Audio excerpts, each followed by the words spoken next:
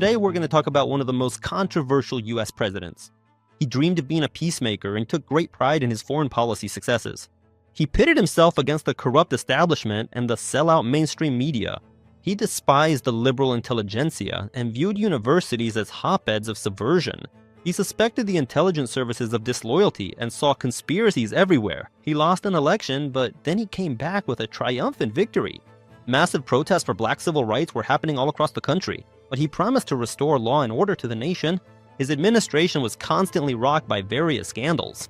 He's one of the few US presidents to be investigated by a special prosecutor, and also one of the few to face impeachment proceedings. We are, of course, talking about Richard Nixon. Who did you think I meant? Nixon's second term was cut short by a political scandal that's still considered one of the biggest in American history. Nixon is the only United States president to ever resign from office before his term was up. Today, this scandal is known as Watergate. It's because of this story that any high-profile case is still called a gate today. How did this story become the textbook political scandal? What exactly happened there? What was Nixon's connection to South Vietnam? Why did he have a whole team of plumbers working for him? How did Deep Throat help? Uncover the conspiracy. What forced Nixon to resign? Why did this particular story forever change how Americans view their government? Anyway, let's dive into it. This story should begin in 1968. The standoff with the communist bloc was in full swing. The United States was bogged down in the jungles of Vietnam. By the late 60s, this war was becoming less and less popular. Liberals, young people, and students were the primary voices against it. The very groups that had recently been the backbone of the Democratic Party. Anti-war rallies were drawing tens and hundreds of thousands of people. But a large portion of voters still felt that retreat was not an option. Yes, the idea of peace appealed to many, but only if it was an honorable peace, without the sting of defeat. It was in this atmosphere that the country approached the 1968 presidential election. The Vietnam War became the key issue of the campaign and the main battleground for voters. By this point, the incumbent president, Democrat Lyndon Johnson, made a surprise decision. He would not seek re-election. The war had damaged his approval ratings too severely. In March of 1968, he addressed the nation and declared, "I shall not seek, and I will not accept the nomination of my party for another term as your president." Nevertheless, Johnson tried to bring the war to an end. In that same address, he spoke of seeking an honorable and dignified peace. A negotiating team was soon organized. And in May, 6 months before the election, talks began with the Vietnamese delegation. Initially, they reached a stalemate. The US demanded an end to attacks on southern cities, while the North insisted on stopping American bombings first. Neither side was willing to yield, but a month before the election, in October, a diplomatic breakthrough occurred. North Vietnam began signaling that it was ready to make concessions. The Soviet leadership began to exert pressure on them. Johnson put forward several preliminary conditions. And Hanoi even agreed, but set its own counter-condition, a total halt to the bombings. Lyndon Johnson announced in his address, "I have now ordered that all air, naval, and artillery bombardment of North Vietnam cease as of 8 a.m. Washington time, Friday morning." Peace had appeared on the horizon. For Richard Nixon, the Republican candidate, this was extremely bad news. He understood the success of peace talks would strengthen the Democrats' position. If the war ended before the election, Nixon would lose one of his campaign's main trump cards: criticism of the administration over Vietnam. Moreover, peace achieved under Johnson would automatically boost his successor's chances. And indeed, after the October announcement, the Democratic candidate's ratings soared. The race, in which Nixon had recently been the favorite, suddenly became extremely tight. The candidates were running neck and neck. Publicly, Nixon claimed to support the White House's efforts and wished the peace process success. But behind the scenes, something very different was happening. His campaign began secret contacts with the leadership of South Vietnam, a US ally. The South Vietnamese president was already unhappy with the progress of the talks. He felt that Washington was pushing him toward too many concessions. Nixon's associates played on these feelings. They urged the Vietnamese representatives not to agree to the talks under any circumstances, because a new Republican administration would secure better terms if they won the election. A key role in this backroom game was played by Nixon associate Anna Chennault, an activist, Republican supporter, and fierce anti-communist. In her youth, she fled China from Mao's regime, and in the US, she actively advocated for a hardline foreign policy. She saw peace with North Vietnam as strengthening communist influence in the region. It was Chennault who became the main intermediary between Nixon's team and South Vietnamese officials. She confidently asked the ambassador to relay requests to the Vietnamese president to hold on with all his might. These meetings were secret and occurred regularly. Lyndon Johnson knew about the Nixon campaign's attempts to interfere with the negotiations. The National Security Agency intercepted messages between South Vietnamese ambassadors. Ambassador Bui Diem reported to Saigon, the capital of South Vietnam. The more time the current situation continues to drag on, the more it works in our favor. I am in regular contact with Nixon's inner circle. On another day, he reported, Many Republican friends have contacted me and urged us to stand firm. They were alarmed by a press report that you had supposedly already softened your position. White House recordings show how Lyndon Johnson discussed the news with his close associates. We have found that our friend, the Republican nominee, our California friend, has been playing on the outskirts with our enemies and our friends both, our allies and the others. And a few days before the election, the FBI prepared a report for the president which stated, Mrs. Anna Chennault contacted the Vietnamese ambassador, Bui Diem, and informed him that she had received a message from her boss, whose identity is unknown, which he wanted to deliver to the ambassador personally. According to her, the message was as follows: Hold on, we will win soon. And also that her boss added, Let him hold on, he understands everything perfectly. She emphasized that this was the entire message. He specifically mentioned that, please inform your boss to wait for just a moment. Then, in a conversation with a senator, Johnson directly called Nixon's actions treason. And they oughtn't to be doing this. This is treason. I know. Johnson tried several times to politely warn Nixon in telephone conversations, saying that certain rumors were reaching us that people in your circle were involved in some not-so-good things. But the Republican replied every time that he knew nothing about it.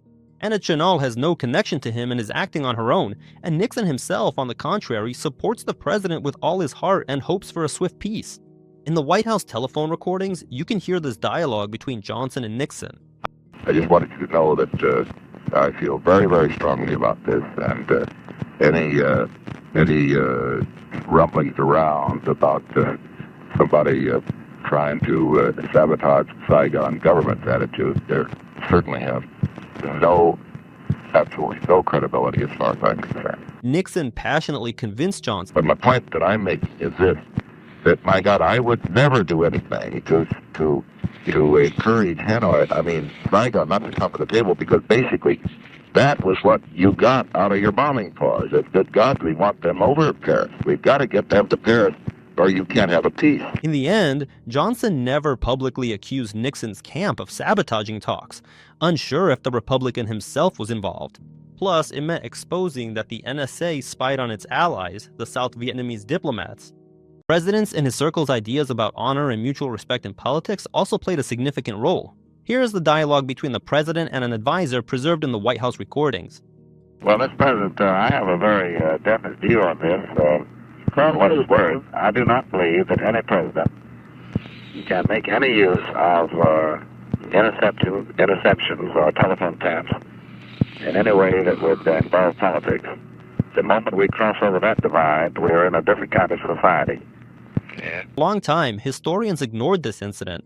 Nixon's own guilt was considered unproven. Even back in the 80s, Anna Chennault herself published memoirs where she wrote about his involvement. According to her, Nixon literally appointed her as a representative to the Vietnamese authorities. Supposedly, he told the Vietnamese ambassador the following. Therefore, I ask you to rely on her from now on as the sole channel of communication between me and your government. Well, 10 years ago, even more definitive evidence came to light. The notes of one of Nixon's closest associates, Harry Haldeman.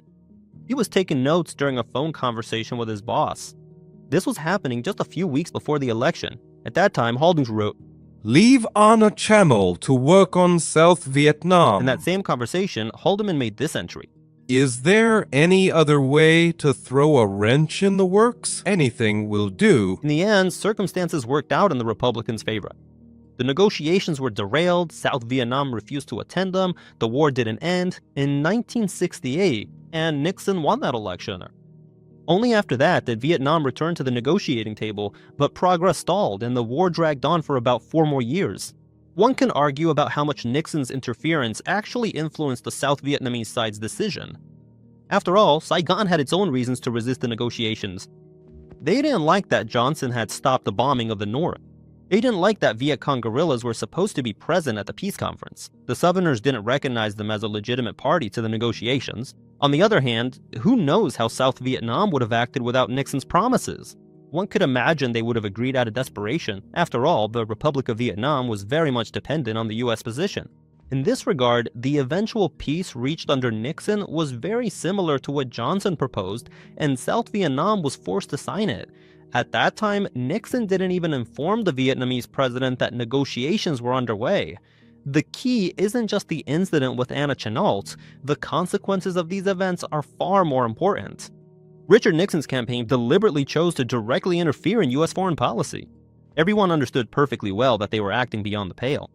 The law prohibits private individuals from entering into negotiations with other countries on behalf of the federal government. It was a gamble. Risky, cynical, and potentially illegal. And yet, it remained hidden from the public eye. Nixon developed a fear that the Chennault story would one day come to the surface. And there was a real chance of that. The intelligence agencies had all the evidence in hand. Johnson and his inner circle, if they didn't know for sure, certainly suspected Nixon's own guilt. Who could guarantee that tomorrow they wouldn't decide to make this information public? Then it would become known. A private citizen, a presidential candidate, had effectively sabotaged his country's official diplomacy, derailed peace talks, and thereby contributed to the continuation of the war. A war that society was tired of. A war it no longer believed in. And a war that continued to claim dozens of American soldiers' lives every day. And all of this for the sake of his own political gain. Nixon simply couldn't allow this information to become public. A couple years after Nixon's victory, a scandal broke out in the US. The so-called Pentagon Papers were leaked to the press, a secret Department of Defense study on the Vietnam War. It wasn't just a set of documents, but a massive 7,000-page internal report. It was commissioned by the previous administration. The purpose was strictly official, to understand how the US got into Vietnam and why the war reached a stalemate. The document covered decisions of 4 administrations from Truman to Johnson, and it was intended exclusively for the country's top leadership. The leak was initiated by Daniel Ellsberg, a Department of Defense employee. He wasn't a radical pacifist or a major critic of his country's foreign policy.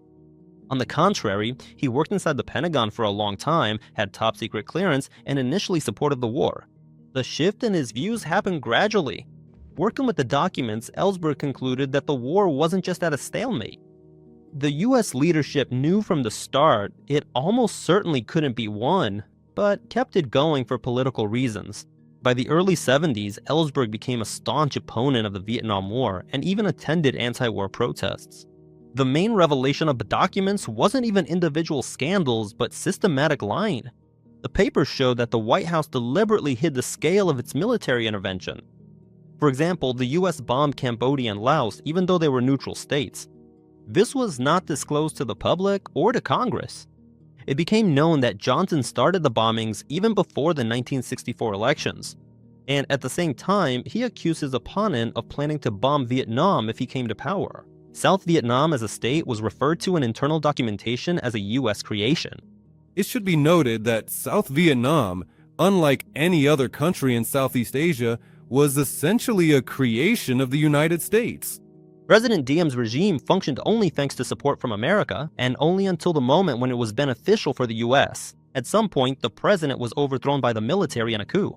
The White House had data that this could happen, but they didn't warn their ally because they saw a benefit for themselves. The very goals of America's presence in Vietnam were hidden from the public. At some point, even under Johnson, it became clear that the war could no longer be won, but it continued anyway. Key decisions were made not for victory or peace, but to avoid looking weak and losing face. The documents confirmed the worst fears of the anti-war movement. The war was indeed unnecessary and harmful to America and served no higher purpose at all. In June 1971, Ellsberg gave a copy of the material to New York Times journalists. The newspaper began gradually publishing these documents day by day, bit by bit. Nixon wasn't very worried about the leaks at first. The president's first reaction to the news was quite casual. Right. Okay. Nothing else of interest in the world, Steve? Very significant, this goddamn New York Times expose of the most highly classified documents of the war. Oh, that. I see. I didn't read the story. Nixon had every reason to treat the publication lightheartedly. The Pentagon Papers contained decisions made by the White House before 1968, that is, at a time when Nixon was not president and was far from the levers of power. All the incriminating materials concerned only his political opponents, the Democrats. Besides, we now know for certain that in all 13 volumes, Richard Nixon's name does not appear even once. But Nixon didn't know that at the time. Very quickly, the president's mood shifted to one of wariness. That same day, he said in a dialogue with advisor Kissinger, Henry, that to me is just unconscionable. This is treasonable action on the part of the bastards that put it out. In a matter of days, Nixon's suspicion grew. After all, very important secret files had leaked from the Pentagon with such ease. What if something else were to be published in the same way? For example, that his people essentially sabotaged peace talks on the eve of the election. Nixon knew that the Johnson administration definitely had such data, because the then president himself had told them about it in a phone call. Additionally, Nixon might have feared the disclosure of the secret bombings of Cambodia. They were carried out as part of Operation Menu at the beginning of his presidency. The fact is, the United States was not at war with that country, and the administration did not have congressional authorization to use military force there. This information was carefully hidden from congressmen and the general public. Nixon's fears were being confirmed. Even before the major Pentagon leak, the president's aides were tasked with investigating the risks of the Chennault incident becoming public. As a result of this undertaking, administration staff for Houston prepared a 12-page memorandum. He concluded that officials of the previous president, meaning Johnson, had allegedly prepared a report on the 1968 peace talks, and it existed in 3 copies. 2 of them were with Johnson administration officials, and the third was allegedly in a safe at the Brookings Institution. Huston wrote regarding this report, The evidence available in the case does not refute the idea that we were in one way or another involved in the so-called Chennault affair. Now we know almost for certain that such a report in principle did not exist, but Nixon relied precisely on this false information. The mythical report in the Institute's safe haunted him, especially after the story of the leaked Pentagon Papers. Nixon began to worry. He consulted with his attorney general. He said they should go after the news publication. What is your advice on that Times thing, John? You would like to do it? I would believe so, Mr. President. Otherwise, we will look a little foolish in not following through on our legal obligation. The Attorney General tried to use the courts to block further publication of the documents, citing a threat to national security. The district court initially even agreed with the Nixon administration. But soon, the case reached the Supreme Court. And just a few weeks later, it handed down a landmark decision. The government does not have the right to ban the publication of materials. The First Amendment to the Constitution on freedom of speech protects the press. Even in cases like these, when it comes to classified documents. Today, it's seen as a landmark victory for free speech in American history. Nixon's paranoia, already intense, reached a fever pitch. He saw conspiracies everywhere. For example, in the days after the leak, Swedish Prime Minister Olof Palme spoke out against the Vietnam War. He called on the United States to withdraw its troops immediately. The president felt that this was all no coincidence. But at the same time, I think this is also part of a conspiracy. Oh yes, otherwise he simply wouldn't have paid any attention to it at all. Someone got to him, Henry. There's a conspiracy here, do you understand? Though of course, no conspiracy was needed to explain why the Swedish Prime Minister opposed the war in Vietnam. He had been broadcasting such a position for a long time, even before Nixon became president. And once he even attended an anti-war rally where he stood side by side with the North Vietnamese ambassador. The president began to see enemies within the state. Nixon always felt a particular contempt for intellectuals, graduates of prestigious universities. On one of the tapes, Nixon and his associates discussed that too many such people have gathered in the Department of Justice. Are they plotting something evil? Once, a subordinate prepared a special report with statistics for the president. It turned out that as many as 16% of the department's employees were Ivy League graduates. But Nixon considered this to be an acceptable value, and the president also began to be wary of Jews. On July 3rd, such a dialogue took place between him and his associate. All right. I want to look at any sites of the other areas around where Jews are See, the Jews are always in these government. And we have got to get in those areas. We've got to get the man in charge who was not Jewish to control the Jewish. You understand? It's all Jews. Another time, the president said, "There's a Jewish cabal, running through this, working with people like birds and the rest, and they all only talk to Jews." Nixon was in an extremely tense and agitated mood. Adding fuel to the fire was the fact that newspapers published the documents gradually, day by day. The president had no confidence that something about the Chenault affair wouldn't surface the next day. Then Nixon took a desperate step. He ordered his subordinates to steal documents about the peace talks from the Brookings Institution. We're talking about the very documents that, as we now know, didn't actually exist. Against us is an enemy, a conspiracy. They use any means. We will also use any means. Did they search the Brookings Institution yesterday or not? No, sir. Then do it. I want the Brookings Institution to be completely cleaned out. Nixon felt he needed loyal employees who weren't afraid of dirty work. Because if they played dirty against him, then he shouldn't stand on ceremony with his enemies in return. Do I really need a son of a bitch like Houston to work himself to exhaustion and do it dirty? On July 15, 1971, a secret organization was created by the administration. It was named the Special Investigations Unit. Though soon another name stuck to it, the Plumbers. The thing is, its original purpose was to fight leaks, like the one that happened with the Pentagon Papers. Very soon, its functions expanded. The Plumbers became Nixon's sort of personal secret service. They didn't report to Congress. No one even knew about them.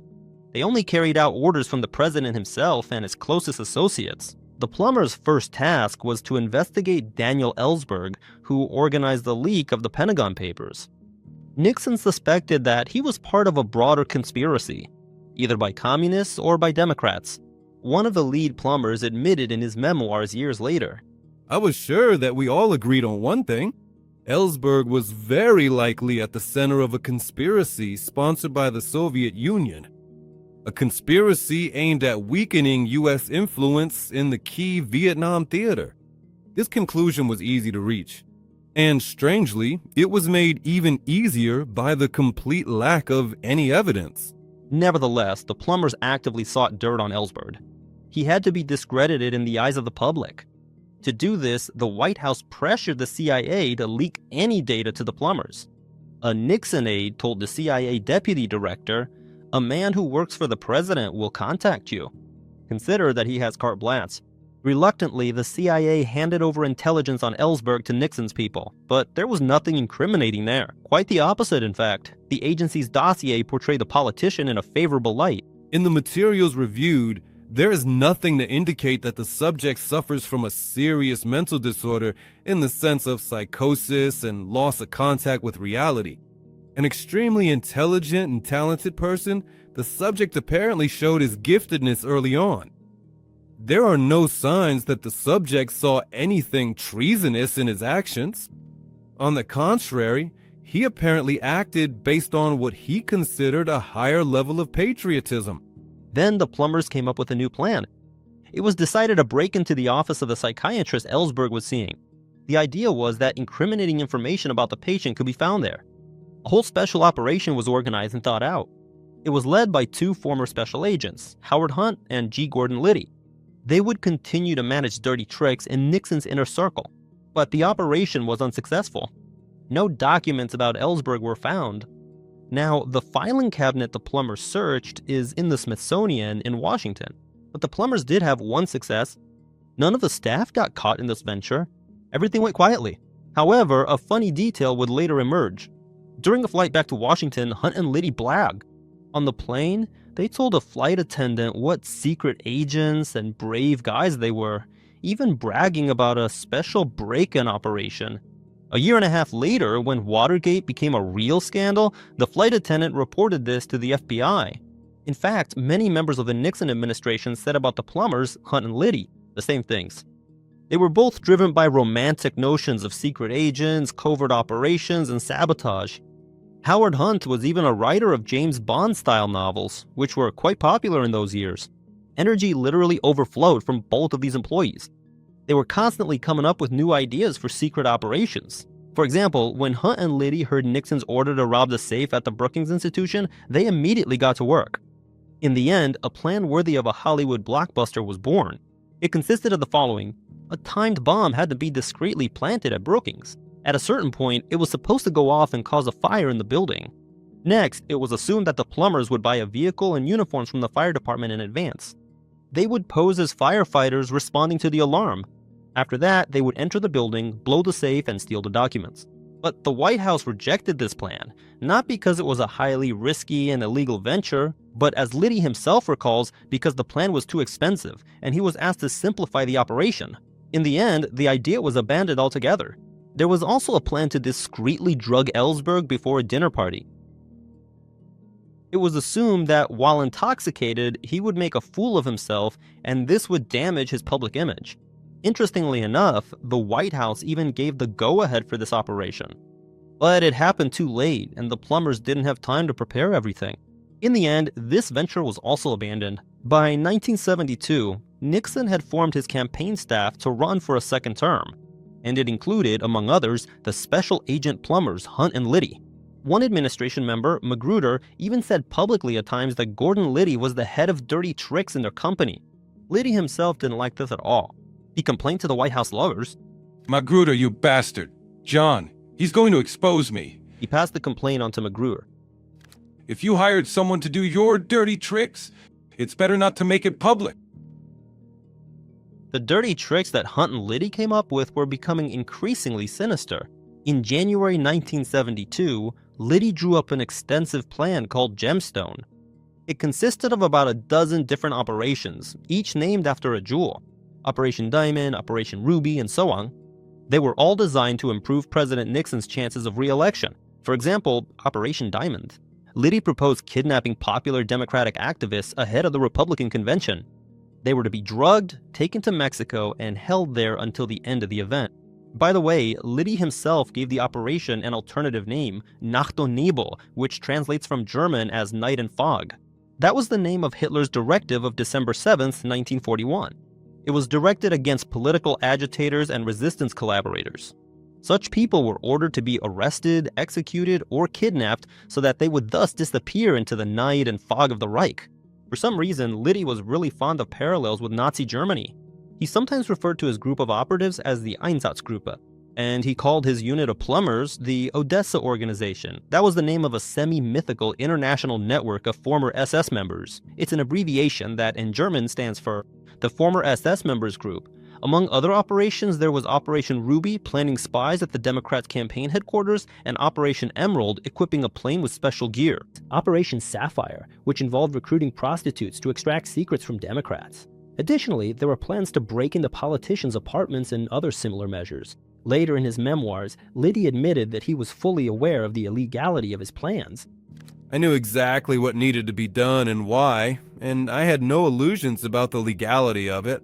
While spies in the enemy camp and electronic surveillance were nothing new in American presidential politics, we were going to go much further. From Liddy's perspective, this was necessary because the radical left had declared war on America. By this, he meant the anti-war movement, street violence in support of black rights, and the theft of classified documents. I recalled the riots and burning cities, the bombings and murders, the attempts to paralyze the nation's capital with mob violence. An American actress in our enemy's capital who, over the radio, called on our soldiers to commit treason, the cooperation and approval of major newspapers in the theft of massive amounts of classified documents. With a chillin' and cold-blooded certainty, I knew precisely and clearly what I'd be doing in 1972, and damn it, it was already far too long overdue. The American actress in the enemy's capital referred to Hollywood actress Jane Fonda. In 1972, she did indeed visit the capital of North Vietnam and condemned American aggression. In short, Gordon Liddy's plans were truly Napoleonic. He presented them to Nixon's Attorney General, and he did so in the form of a presentation. He listened carefully to Liddy, and he didn't like such a plan. And not because it was illegal. Gordon, $1 million is an enormous amount, much more than we expected. Go back and revise. Come back with something more realistic. A disappointed Liddy went to rework his plan. In the end, the most radical ideas were cut from it. Kidnapping people, sending them to Mexico, using a spy plane, and so on. After several stages, only points like wiretapping the phones and rooms of Democratic politicians and planting agents in the Democratic headquarters remained. Yes, it was a much more moderate plan than previously envisioned, but it was still illegal. This is where a fundamental line is drawn. Until that point, the plumbers' activities could still, with a great stretch, be rationalized as a state response to the leak of classified information. Daniel Ellsberg did indeed break the law when he handed over classified documents to the press. Whether the Pentagon Papers harmed America or conversely benefited it can be debated, but in a legal sense, he was a criminal, and the administration's actions, however questionable or even illegal, still fit the logic of fighting a threat to national security. The gemstone plan that Liddy came up with represented a qualitatively different step for the administration. Now, it wasn't about protecting the state or preventing leaks, but about the deliberate use of force and spy methods against the legal political opposition. Kidnapping, wiretapping, planting agents. All of this was planned not for the country's security, but solely to stay in power. One of the shards of the gemstone was the break-in at the Democratic headquarters. It was located in the Watergate hotel complex in Washington. The operation was prepared throughout the spring in 1972. On May 26th, two plumbers, Hunt and another staffer, tried to sneak inside. They hid in a banquet hall closet and waited until 11 p.m. It was expected that by then the building would be empty, but the Democratic politicians went home much later. Besides, a guard locked the banquet hall door, and the plumbers had to spend the whole night there. But the next morning, they managed to slip away unnoticed. The second time, that problem didn't occur. But the plumbers couldn't pick the lock on the office door. They tried for 45 minutes and eventually gave up. After that, the plumber Gonzalez admitted he'd forgotten the right tools. They had to go back. On the third try, the plumbers finally beat the door. They got inside, installed two listening devices, photographed documents, and left. On May 29th, Liddy told the White House the operation was a success, but a problem soon arose. And not just one. It turned out one bug was malfunctioning, and a second was installed in the wrong place. Nixon's campaign manager chewed Liddy out. He called the recordings crap and said the result wasn't worth the risks or the money spent. Liddy decided he would fix his mistake. On June 17th, his team was already assembled. They planned to break into the office of another Democratic politician, McGovern. In the upcoming election, he was set to be Nixon's main opponent. On the way, Liddy decided to stop by the Democratic headquarters, fix the broken bugs, and then move on.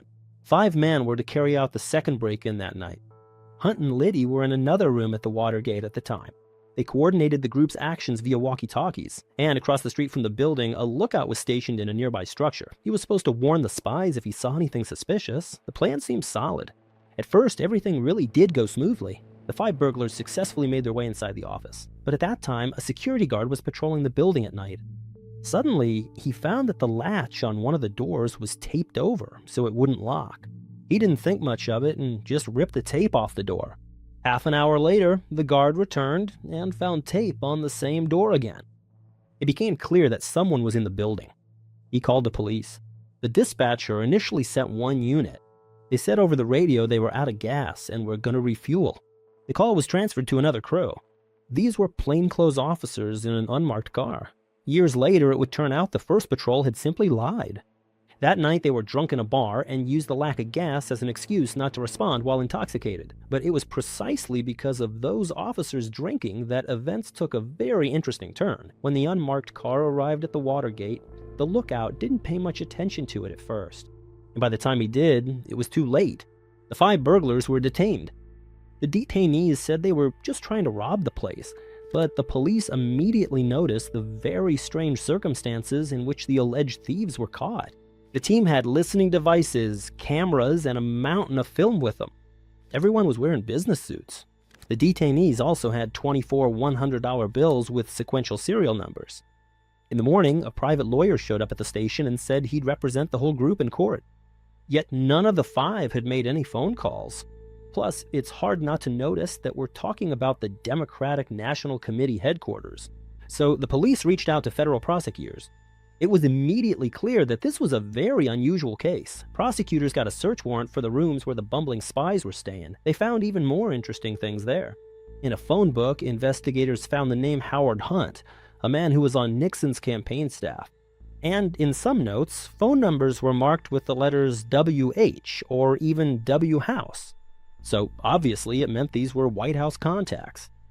Additionally, one of the detainees was James McCord, also a Nixon campaign member and former CIA officer. That same night, Liddy, the operations leader, told his superiors about the failure. The deputy campaign manager only shouted in response. Did you use McCord? Why? News of the Watergate incident immediately spread across the country. This is a police photograph of James W. McCord. He is one of 5 persons surprised and arrested yesterday inside the headquarters of the Democratic National Committee in Washington. Gordon Liddy contacted the Attorney General and asked him to release the Watergate 5. He flatly refused. What the hell is going to happen to me? What will happen to the president if I try to do something so stupid? This is the biggest nonsense I've ever heard. The news that James McCord was among those detained greatly puzzled one woman. Her name was Martha Mitchell. She was the wife of John Mitchell, Nixon's campaign director. The thing is, the arrested McCord was well known to both spouses. He even served as a driver and bodyguard for Martha herself and their daughter. Martha began demanding explanations from her husband as to why his subordinates were being arrested in some strange adventure. Had he gotten himself into some kind of trouble? No explanations followed. John Mitchell didn't want to publicize the plumbers' illegal activities. Then Martha threatened that she would talk to journalists about it. And it wasn't an empty threat. Martha was quite a well-known personality and a popular figure among American conservatives. She actually called reporters and started complaining. Martha said she was tired of politics, that it was all a very dirty business. She said she'd divorce her husband if he didn't leave Nixon's staff because something was wrong there. But at one point, her voice broke off. The reporter heard sounds of a struggle, followed by Martha's scream, "Get away from me!" Soon the call was cut off. It would later emerge that the White House tried everything to silence Martha Mitchell. An FBI agent was assigned to her, and he prevented her from finishing her talk with the journalists. She was locked in a hotel room and drugged. John Mitchell started telling everyone that his wife had, unfortunately, become addicted to alcohol. She supposedly had a nervous breakdown and needed to stay in a psychiatric hospital. The press began discussing the incident. Journalists tried to find out what happened, but then the event was gradually forgotten. Perhaps the most ironic thing about this story is that by the summer of 1972, all the secret operations were no longer needed for Nixon's re-election. 4 years ago, victory had indeed come to him with great difficulty. This man knew firsthand what it was like to lose an election. In 1960, Nixon lost to John Kennedy by a narrow margin, but since then, the Democratic coalition had collapsed. Within a short period, Harry Truman and Lyndon Johnson passed away. In many ways, they were iconic figures for the Democrats of those years. It was their image that held the post-war Democratic Party together. The Democrats were split over the issue of supporting the war in Vietnam. The so-called Southern Democrats were opponents of ending racial segregation, which created an additional rift in the movement. In short, the Democratic candidates continued their infighting. No one had high enough ratings to challenge Nixon. By the election, everyone had safely forgotten about Watergate, which had happened 6 months earlier, although the Democratic candidates still tried to draw public attention to it. The essential point of this story, as I understand it, is that the Watergate case is a part of a large network of wiretapping of that kind that's been going on. And of course, this is the warning I've been giving about the Watergate thing, that it's not an isolated incident. Most voters appreciated Nixon's successes on the foreign policy stage. The administration managed to achieve a warming of relations with Moscow. Also, for the first time, the U.S. established a dialogue with Communist China. According to polls, the Republicans' lead was measured in double digits. That's a huge lead for the United States. Nixon did indeed win the 1972 election. It was a triumphant victory. The Republican defeated the Democrat in every state except one. The gap in the number of votes was also mind-boggling. A full 18 million. On the occasion of his inauguration, Nixon gave his staff special diaries. They contained this message. Every moment of history is a fleeting time. Precious and unique. The presidential term that begins today consists of 1,461 days, no more and no less. Every single one of them can become a day of strengthening and reinvigorating America. Each can provide the American experience a new depth and dimension. At that time, no one could have thought that Nixon lied when he said his presidential term would last no less than 1,461 days. Meanwhile, the press continued to follow the strange break-in at the Democratic headquarters and the trial of the burglars. In the popular narrative, the main heroes on this front were two Washington Post reporters, Bob Woodward and Carl Bernstein. In many ways, this perception was shaped by their own book, All the President's Men, which was made into a famous Hollywood movie in the 70s. In its narrative, Woodward and Bernstein almost single-handedly uncover Nixon's entire conspiracy. Of course, this story is an artistic exaggeration.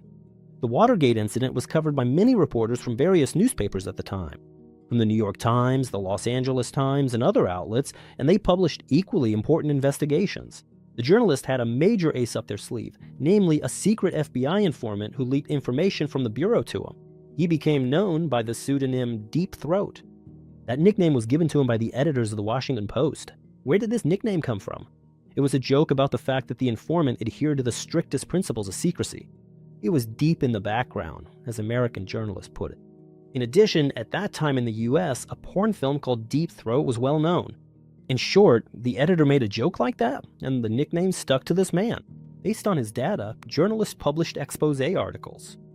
Usually, Deep Throat is presented as a Washington Post source. Overall, that's true, although he didn't just contact Woodward and Bernstein. It's just that their investigations became the most famous. In his book, Woodward describes how he used various signals to arrange meetings with the informant. The phone they tried not to use because they were afraid of wiretaps. The journalist told how he took several different taxis to rule out possible surveillance of himself. The meetings took place in a parking garage in the dark. Now, a special commemorative plaque has been installed near that parking lot. Deep Throat told journalists about the scale of criminal schemes within the Nixon administration. Here's how Woodward describes the first meeting in his book. This is all extremely serious. It's safe to say that about 50 people worked for the White House and the CRP. Conspiring, spying, engaging in sabotage and intelligence gathering. Much of this is simply mind-boggling. The opposition was pressured and hit from all sides in every possible way. All of this is in the case files, Deep Throat said. The Department of Justice and the Bureau knew about it, though they never took it any further. In 2005, it became known who this mysterious informant was. It turned out to be Mark Felt, the associate director of the FBI at the time. It's a common belief that Mark Felt was something of a patriot. He supposedly didn't want to put up with the president's illegal activities, so he went to the journalists because he wanted the truth to prevail. In reality, his motives were much more prosaic. The thing is, for a long time, Mark Felt had his eye on the FBI director position. He expected to take that post after the death of the previous director, but Nixon appointed someone else to that position. Then Mark Felt made it his goal to destroy the new director's reputation. Therefore, the data he leaked to journalists always pursued exactly that goal, to show that the FBI was functioning poorly under new leadership. Nixon, in this scheme, acted more like collateral damage. The president, however, knew from the start that the journalist's mysterious informant was Mark Felt. On the White House tapes, he talked about this with his close associates. We know what's left, and we know what's leaked, and we know who the leak is. Somebody in the FBI. And it's very high up. Somebody actually very Mark Felt. Not quite the whole. The president started guessing. Well, see a Catholic. My God. He's Christ. A Jew in there. Mark Felt should be well, that could explain it too. Interesting fact. Actually, Mark Felt wasn't Jewish. Anyway, it was decided to leave Felt alone. There was a fear that if pressured, he'd reveal even more. So he kept on talking to the journalist. Nixon administration staff themselves always said that no one in the White House really worried about the reports.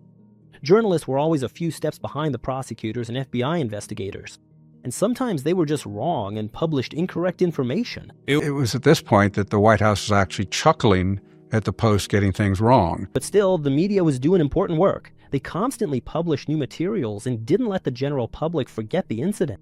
It was not a particular story that ever really bothered the White House. It was the cumulative effect of the Post, where everyone in the White House knew that this story was important because the Post had made it important.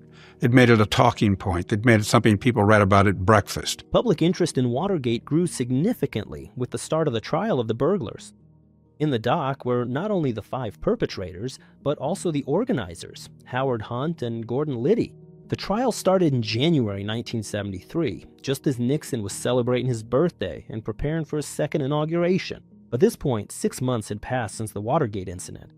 The prosecution's position in court seemed surprisingly cautious. The prosecution insisted that the Watergate group acted on its own and without the White House's knowledge. In his speech, the prosecutor repeatedly stated that Liddy was the ringleader. After about a month of proceedings, there was an unexpected turn. Most of the defendants pleaded guilty to almost all counts of the indictment. At the same time, investigations began to appear in the press. New York Times journalists found that the White House was paying the defendants money, essentially in exchange for their silence. The prosecution continued to stick to its guns until the very end. According to their version, the perpetrators acted independently. The defendants didn't really resist much. Almost all pleaded guilty on all counts, and 2 of them were found guilty by a jury. By and large, it was a victory for the White House. A potentially dangerous story had come to an end. It seemed that Watergate would soon be forgotten by everyone. The criminals were jailed and no link to Nixon was found. The sentencing hearing for the criminals was set for March 1973. But a few days before that date, a sensational event occurred. One of the figures, James McCord, decided to go against the White House. He was one of the 5 people who broke into the Democratic headquarters. He was an electronics expert and was responsible for planting bugs and wiretapping phones. McCord sincerely considered himself loyal. In his eyes, he wasn't just an ordinary criminal. On the contrary, he was convinced he was protecting the country from enemies and spies. Yes, he broke the law, but as he believed, solely in the name of national security. So the request to take all the blame himself came as a real shock to him. McCord expected that the president, for whom he risked his freedom, would stand up for him. That didn't happen. Instead, Nixon's people promised him a financial reward for his silence. Meaning, you keep quiet, go to jail, the president stays above suspicion, and in return, we help your family while you're inside. You'll get the money. But McCord considered such a deal to be beneath his dignity, so he wrote a letter to the judge. It consisted of 6 important points. It stated that, first, political pressure was applied to the defendants to force them to plead guilty and remain silent. Second, during the trial, perjury occurred on matters of material importance to the very structure, direction, and consequences of the prosecution's position, as well as for establishing the motives and intent of the defendants. Third, other persons involved in the Watergate operation were not identified during the trial, although those who testified could have named them. The judge to whom the letter was addressed read it aloud right during the hearing. As soon as he finished, absolute chaos erupted in the courtroom. The trial of the Watergate burglars became a turning point in the whole story. Headlines began appearing in the press stating that the highest-ranking officials in the Nixon administration deliberately covered up everything that was happening. For the first time, serious concerns about the scandal arose within the White House. Until the spring of 1973, Watergate was perceived by the administration as an insignificant detail. But now it was precisely this detail that was beginning to come to the forefront of the country's political life. At the same time, members of the Senate decided to create an independent commission to investigate the Watergate case. It included 5 Democrats and 4 Republicans. Sam Ervin was chosen as its chairman, a compromise figure. A Democrat, but a very conservative one. By this time, he was quite an elderly senator. It was hard to suspect him of having any presidential ambitions. At first, few believed that the president himself could be involved in the spying intrigues of his subordinates. The commission chairman, Ervin, later said, "What did you expect to discover at the beginning? Did you think it would reach the president?" I didn't imagine, however, the president was involved. You did not? I thought we would find that some of his overzealous aides had overstepped the bounds of political decency. The commission compiled a list of witnesses for question. It included both minor office clerks in the Nixon administration and the highest-ranking officials. The interrogations took the form of public hearings. They were broadcast on television. The broadcast instantly became something of a cultural phenomenon. It was the most popular TV series in the country. According to polls, more than 70% of Americans watched them. Over 20% watched more than 10 hours of these hearings.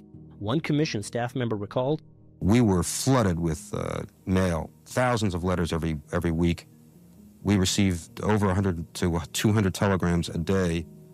I received telephone calls at my home throughout the night and at the office during the day.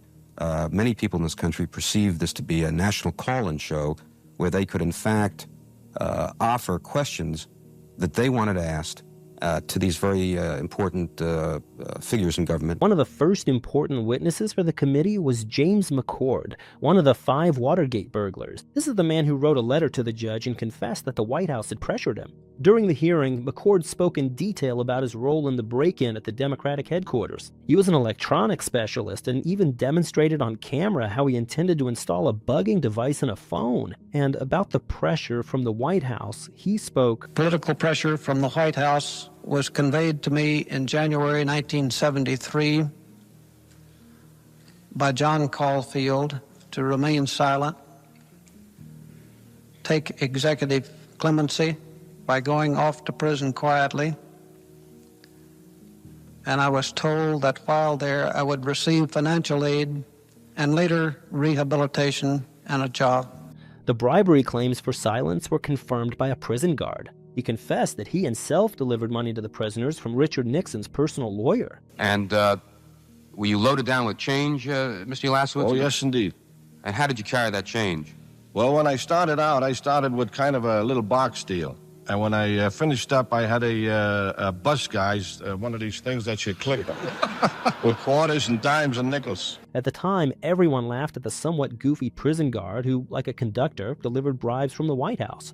But actually, the picture that was emerging wasn't very good. Next, a month later, Jeb Magruder, the deputy director of Nixon's campaign, became an important guest for the committee. He confessed that the campaign had approved the plumbers' operation at Watergate. Final proposal of Mr. Liddy's, which was for approximately $250,000. We discussed it, brought up again the pros and cons. I think I can honestly say that no one was particularly overwhelmed with the project, but I think we felt that the information could be useful, and Mr. Mitchell agreed to approve the project, and I then notified the parties of Mr. Mitchell's approval. At a further date, if the funds were available, we would consider an entry into the presidential contenders' headquarters and also potential at the Fontainebleau Hotel in Miami.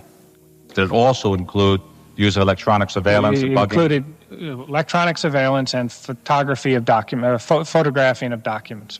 But Magruder placed the responsibility for approving the plan on the campaign director, Mitchell.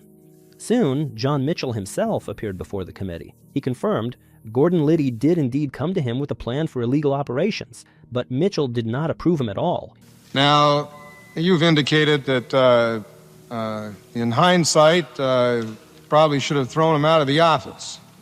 Out of the window, I think. Maybe even out of the window, in hindsight. General couldn't explain why a man like Liddy remained on his staff at all. He gave one-word answers to every question. Reporters called his strategy stonewalling, meaning he acted like a stone wall. But perhaps the most dramatic was the questioning of John Dean. Dean was White House counsel, which is a quite significant and prestigious post in the administration. Very early on, he concluded that the administration couldn't hide the truth about Watergate for long. He told Nixon his fears, but felt the president wanted to make him the fall guy in the whole affair. So John Dean decided to be the first to tell investigators everything, and he wouldn't try to protect the president like others did. John W. Dean III went before the Senate Watergate Committee today, and as expected, gave the committee names, dates, and places involved in the Watergate affair and its cover-up. Included among those names of the names of those having knowledge of the cover-up was Dean's former boss, the President of the United States. John Dean spoke openly about how Nixon knew of the operations and intentionally hid the whole truth about Watergate. It is my honest belief that while the president was involved, that he did not realize or appreciate at any time the implications of his involvement. And I think that when the facts come out, I hope the president is forgiven. Dean said that 6 months after the break-in at the Democratic headquarters, he reached a clear conclusion.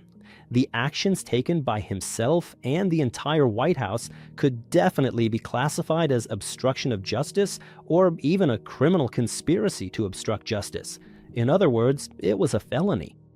Then, according to John Dean, he met with the president and tried to warn him. I began by telling the president that there was a cancer growing on the presidency, and if the cancer was not removed, the president himself would be killed by it. I also told him that it was important that this cancer be removed immediately because it was growing more deadly every day. But he didn't give his subordinates' words much weight. Dean said Nixon himself was active in the cover-up. He decided on payments to the arrested men so they would keep quiet. I told the president about the fact that there were money demands being made by the 7 convicted defendants, and that the sentencing of these individuals was not far off. I told the president about the fact there was no money to pay these individuals to meet their demands. He asked me how much it would cost. I told him I could only make an estimate that it might be as high as $1 million or more. He told me that that was no problem. People debated John Dean's testimony.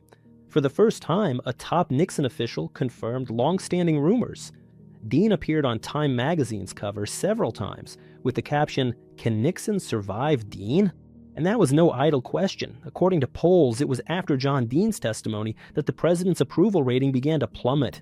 For the first time, the number of Americans favoring Nixon's resignation exceeded those who approved of his actions.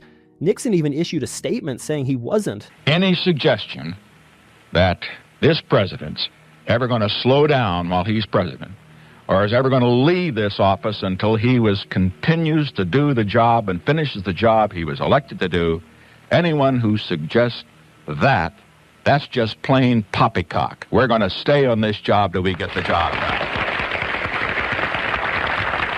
And the bombshells didn't end there. In July, it was revealed that Nixon had installed wiretaps in the White House. These were secret voice recorders that had captured every conversation in the Oval Office over the past few years. Alexander Butterfield informed the Senate committee about this. Aaron, would it be your opinion that those devices would pick up any and all conversations, no matter where the conversations took place within the room and no matter how soft the conversations might have been? With regard to the Oval and EOB offices? Yes, sir. It's worth noting that Nixon wasn't a pioneer in this regard. Many American presidents of the mid-20th century had installed recording devices in the White House. For example, at the beginning of this video, I showed recordings of President Lyndon Johnson's conversations. They were recorded much the same way. An interesting detail was as follows. After Nixon took office, he ordered the removal of the recording devices left behind by the previous administration. After that, he secretly installed his own bugs and told no one about it. Nixon didn't even trust the White House Communications Agency. Instead, he turned to technical specialists from the Secret Service. Hidden voice recorders were installed in the building. They weren't activated manually, but automatically upon detecting sound. And this way, virtually every conversation that took place in the White House offices was recorded. Over 2.5 years, 3,500 hours of recordings accumulated. Only a handful of people knew about the existence of the wiretapping. Even the president's closest associates were unaware that the recordings existed. News of the tape's existence caused a massive public outcry. The recordings could directly show whether Nixon was guilty or not, whether he was telling the truth or lying. The committee immediately requested the president to provide audio recordings for review. Around this time, the Attorney General appoints a special prosecutor to investigate the activities of Nixon and his inner circle. There's still another Watergate investigation in the offing, the one to be conducted by a special prosecutor chosen by Attorney General-designate Elliot Richardson. Today, Richardson named the man he has picked for the job. He is Archibald Cox, who served as U.S. Solicitor General during the Kennedy administration. The special prosecutor was granted the broadest of powers. He can investigate any activity of the president and his aides, and he reported only to the Attorney General. Furthermore, he had the right to discuss any findings with the press at his own discretion. Ironically, Attorney General Richardson intentionally found Nixon's biggest hater for this job. He believed that he would find nothing, and the president's good name would finally be restored. And then no one would be able to say that the prosecutor intentionally covered up the president's activities. Publicly, Nixon supported his subordinate's choice. Behind the scenes, he was fuming and tearing his hair out. Special Prosecutor Cox issued a subpoena to Nixon to provide the tapes to the court as physical evidence. The president refused. It was only last week that the Senate Watergate Committee learned of the existence of tape recordings of President Nixon's conversations, including conversations bearing on Watergate. The committee immediately asked for those tapes, and today it got its reply, a formal official no. Not only to the Senate investigators, but also to the government's own special Watergate prosecutor, Archibald Cox. That set the stage for what may well be the biggest constitutional confrontation in our history. Nixon explained. He said he'd listened to the tapes himself and found no evidence of a crime, but still wouldn't hand them over to the prosecutor and the committee, claiming that, what if these recordings are somehow misinterpreted? In a letter to the committee chairman, Nixon wrote, "I have personally listened to a number of these recordings. The tapes are entirely consistent with what I know to be the truth, and what I have stated as the truth. However, like any verbatim recordings of informal conversations, they contain statements that people with different views and motives will inevitably interpret differently." By law, Nixon was required to provide the recordings under the prosecutor's subpoena. Pressure on the White House was growing. At one point, Nixon offered a compromise. "Let me show you a text transcript of the recordings instead of the tapes themselves." But the prosecutor did not agree. On Saturday, October 20th, the president decided on a desperate step, firing the special prosecutor. The problem was that only the attorney general could do this. Nixon asked his subordinate to take such a step. Elliot Richardson only replied with sadness in his voice, "I cannot do this. I think I should resign." The president turned to his deputy, William Ruckelshaus. He also did not comply and also left his post. Later, he recalled, I led the Watergate investigation for several months and concluded that the White House was heavily involved in this story, and probably the president himself." Nixon went to a third Justice Department official, and he finally agreed.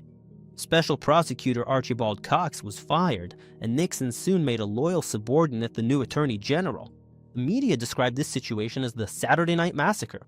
In a single day, the United States Department of Justice was decapitated. This was a massive blow to the president's public image. It was becoming clear to everyone. The investigation was being pressured. Apparently, Nixon has some time. Talk of impeachment began. For the first time since the Watergate case began, talk of presidential impeachment no longer sounds like idle chatter. That's a result of the weekend firing of Special Prosecutor Archibald Cox and the resignations of Attorney General Richardson and his deputy, William Ruckelshaus. A week and a half later, the lower house of Congress launched the presidential impeachment process. Nixon backed down and let the Justice Department appoint a new special prosecutor, but this time, one Nixon himself wanted. That was Leon Jaworski. The president expected him to be more favorable toward him. But it soon became clear that those hopes were not being fulfilled. Jaworski also began demanding the release of the recordings. The White House had to hand over some of the tapes that investigators requested. However, it was soon discovered that there was a suspicious gap on one of the key recordings. The recording from June 20th, 1972, contained a damaged section 18 minutes and 30 seconds long. Technical analysis determined it wasn't a single glitch, but the result of several separate erasures that followed one another, creating a continuous gap. It occurred during a conversation between Nixon and his close aide Haldeman. The conversation took place a few days after the Watergate incident. Nixon said he didn't know where the gap came from and couldn't explain what the conversation was about. But Rosemary Woods, the White House secretary, took responsibility for the deleted fragment. She said she accidentally erased the recording herself. Supposedly, she accidentally hit the record button while reaching for the phone and forgot to take her foot off the pedal during the call. And by the time she noticed, it was too late, and the tape had been overwritten. However, committee members immediately doubted the plausibility of the explanation. The thing is, it's quite difficult to accidentally perform the action Rose describes. The phone and the recording device in the office are located far apart from each other. If you reach for the receiver, you'll almost certainly take your foot off the pedal. But Rose insisted there was nothing difficult about her maneuver. She was asked to demonstrate how it happened. At first, Rose couldn't even manage to do it. In an attempt to reach the phone, her foot slipped off the pedal, but then she composed herself, gripped the chair arm, and managed to reach it. But it's quite hard to believe that it happened by accident the first time, and Rose just forgot to take her foot off the pedal. The photo of Rose reaching for the phone became the subject of many jokes and ridicule, and the public became even more convinced that the administration was covering up its dirty deeds. By the beginning in 1974, the Watergate scandal had completely entangled American politics. All Americans were familiar with it. A year and a half had passed since the break-in at the Democratic headquarters, but Watergate was still being followed like a popular TV series. Since the new year, the president had barely attended to his direct duties. For instance, on April 22nd, in a full 24 hours, Nixon made only 2 phone calls, 1 minute each. The next day, there was only 1 call. He spent most of his time re-listening to recordings made a couple of years prior. Nixon's close associates later recalled. Nixon listened to them for hours again and again. He had no time for me or other cabinet members, except for Secretary of State Henry Kissinger. This was done for the following reasons. The administration decided to provide edited transcripts of the recordings rather than the tapes themselves. To do this, they had to listen to a mountain of material and turn it into text. Nixon felt the recordings didn't truly reflect his real intentions, so they create the wrong impression of his actions. Here's what he wrote in his memoirs. It's truly impossible to describe the feeling when long-forgotten conversations suddenly resurface as lengthy transcripts. We've been conditioned to view the written word as a form of pre-planned communication. And when the words of an ordinary conversation are transcribed onto a piece of paper, they take on a certain sense of rigidity that, despite literal accuracy, may not fully convey or reflect the true underlying nature of the meeting or talk as it actually happened. Ultimately, the Nixon administration compiled 1,300 pages of conversations and handed them to the special prosecutor. Soon the recordings reached the press. The media and publishers, one after another, began releasing them in book form. President Nixon created a massive media event yesterday with his release of edited transcripts of the White House conversations. However, several important nuances became apparent immediately. First, the White House was required to provide the actual tapes, not their transcripts. Second, the White House provided only a small portion of the required materials. According to the prosecutor's subpoena, there should have been 64 recordings, but only 20 were provided. Third, even the recordings Nixon's administration released were heavily edited. Before this, the White House had already given prosecutors 8 tapes. Well, the staff began comparing the actual tapes with the transcripts Nixon had just released. Special Prosecutor Leon Jaworski recalled in his memoirs. The transcripts of these recordings, prepared by the president, were so full of obvious errors that we couldn't trust the rest. Some statements were recorded in such a way that the essence and tone of the conversation itself were completely distorted. Some remarks heard on the recordings were left out entirely from the transcripts. Statements appeared in the transcripts that were not on the recordings. Remarks were attributed to one speaker, though they were actually said by another. Some phrases were marked as unintelligible in the transcripts, even though they were quite audible on the tapes. A large number of transcripts were hidden behind an expletive deleted tag.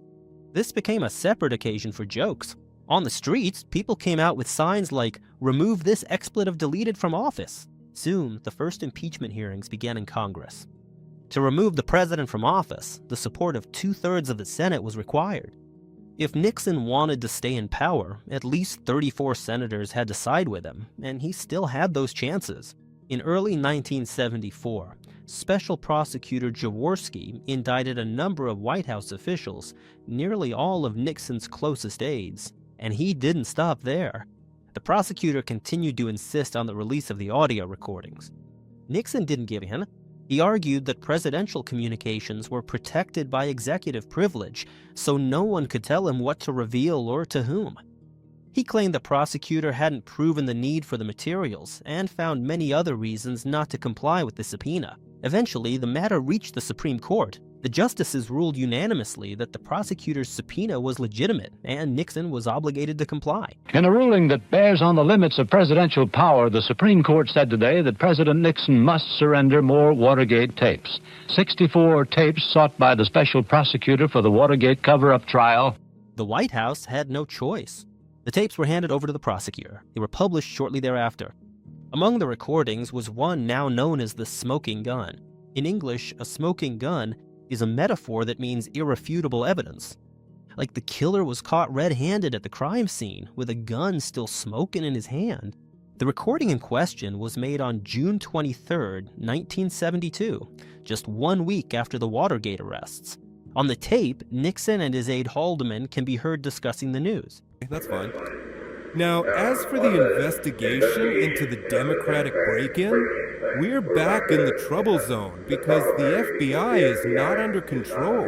Gray doesn't quite know how to manage them, and their investigation is now heading in some very productive directions because they've traced where the money came from. So Haldeman is telling Nixon that the FBI is investigating the Watergate case, and it's getting dangerous because they have some leads. He then suggests a way to stop the investigation.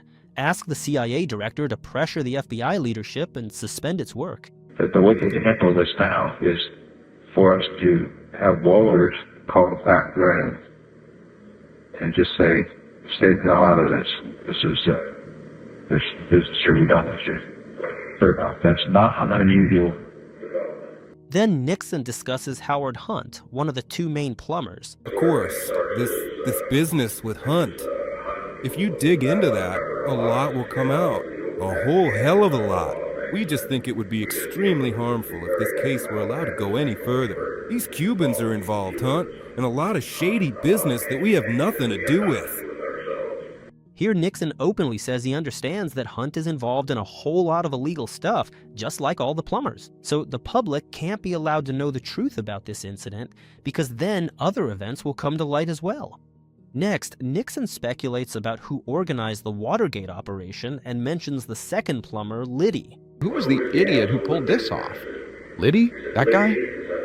He's a nutcase. Yeah. There's clearly something wrong with his head. That's the problem, right? It's interesting that Nixon, apparently, is quite sincerely surprised that such stupidity was even conceived and brought to life. That is, he didn't know in advance that such an operation was even being planned. But now the public had ironclad evidence that Nixon had indeed intentionally covered for members of his administration. He knew that his subordinates were engaged in illegal activities and lied about it publicly. He consciously interfered with the investigations. All of this quite clearly amounted to obstruction of justice, an act that warrants impeachment. Immediately after the publication of the smoking gun, more than 10 senators announced that they were changing their position. Now they were going to vote to remove the president from office. Nixon realized he'd been backed into a corner. By this point, most of his associates were in prison for obstruction of justice. The president's approval ratings hit rock bottom. Even conservative media outlets had already turned against him. Congress began the impeachment process. The Senate was going to vote to remove him from office.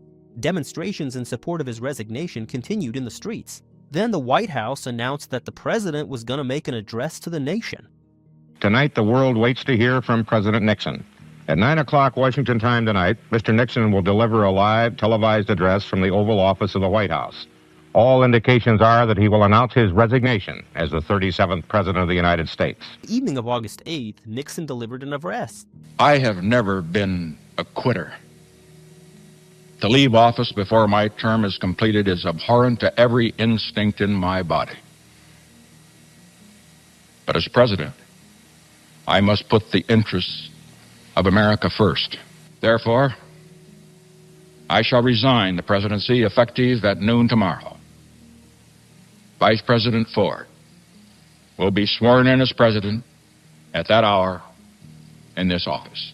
For the first time in the history of the United States, the country's president resigned. After Nixon, power passed to Gerald Ford. It's important to note that this was not the same vice president with whom Nixon won the election. His predecessor left his post due to a corruption scandal, and Nixon himself appointed Ford to replace him. Thus, Gerald Ford became the only president in U.S. history for whom no one voted. As soon as Nixon resigned, the public had a question. Would Special Prosecutor Jaworski bring charges against the former president? The congressional committee that was considering the possibility of impeachment released a large 500-page report. It detailed 36 instances of obstruction of justice. But the new president, Gerald Ford, decided to handle the matter himself. He pardoned Nixon just 1 month after taking office. Theirs is an American tragedy in which we all have played a part. It could go on and on and on, or someone must write the end to it. I have concluded that only I can do that. And if I can, I must. And that's where the story of Watergate ends, the most famous scandal in U.S. history. As a result of the Watergate investigations, 69 people were indicted. Most of them either pleaded guilty or were found guilty in court. There's a certain irony in the fact that the once secret plan of Nixon's administration is now one of the most studied episodes in American history. Tens of thousands of pages of historical research have been written about Watergate. Following the hearings, the Watergate Committee published a 1,250-page report. Researchers have access to hundreds of hours of audio recordings from the Oval Office. Almost every participant in the scandal felt the need to write their memoirs about what happened. There are about 30 such books in existence. You can also add a ton of court proceedings, witness testimonies, and so on. Yet we're still left with a number of questions that we can't give a definitive answer to. For instance, why did the plumbers break into the DNC in the first place? What were they looking for? Those involved often give conflicting answers. It's also not entirely clear who exactly approved this operation and when. Key figures keep shifting the responsibility onto one another. And since the plumbers were an informal group with no clear structure, answering this is especially hard. We still have no proof that President Nixon himself personally ordered or approved the Watergate operation. Most researchers believe that he likely didn't just not plan it, but didn't even know the operation existed. But does that make him innocent? Of course not.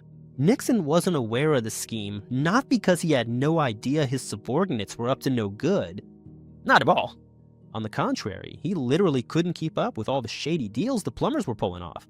The group itself was created to carry out the president's order to rob the Brookings Institution, an illegal order. Apparently, at some point, Hunt and Liddy got way too carried away playing spy games. Liddy pitched his outrageous plans to several administration staff, and no one stopped him, or gave a firm no. The group began operating in a semi-autonomous mode, fueled by their own enthusiasm. You might hear that Watergate teaches us that sometimes it's not the crime itself, but the cover-up that's worse. And if Nixon had just honestly admitted from the start that his people broke in, there'd be no scandal.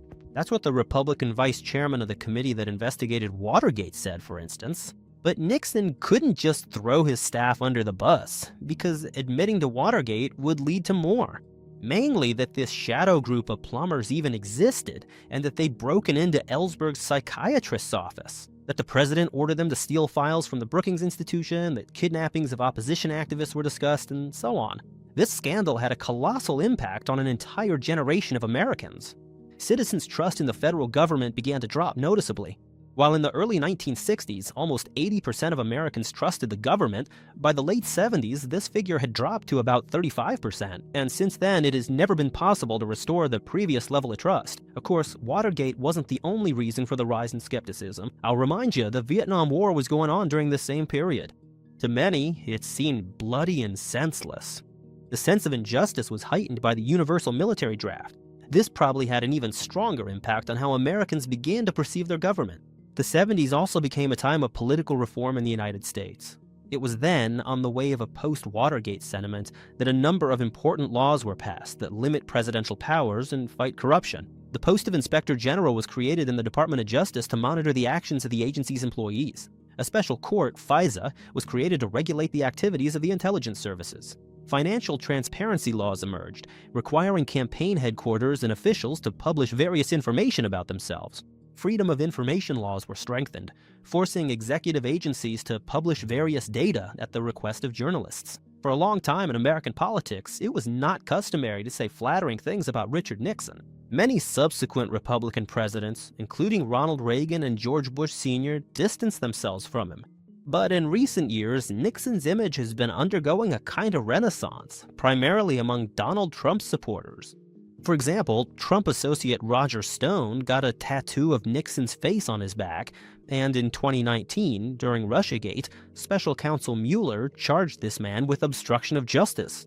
During his arrest, Stone posed in that very famous Richard Nixon pose. Conspiracy theories are spreading in Republican circles that Nixon is actually not to blame. He was simply framed by the CIA, the mainstream media, and the deep state. This, of course, is no coincidence.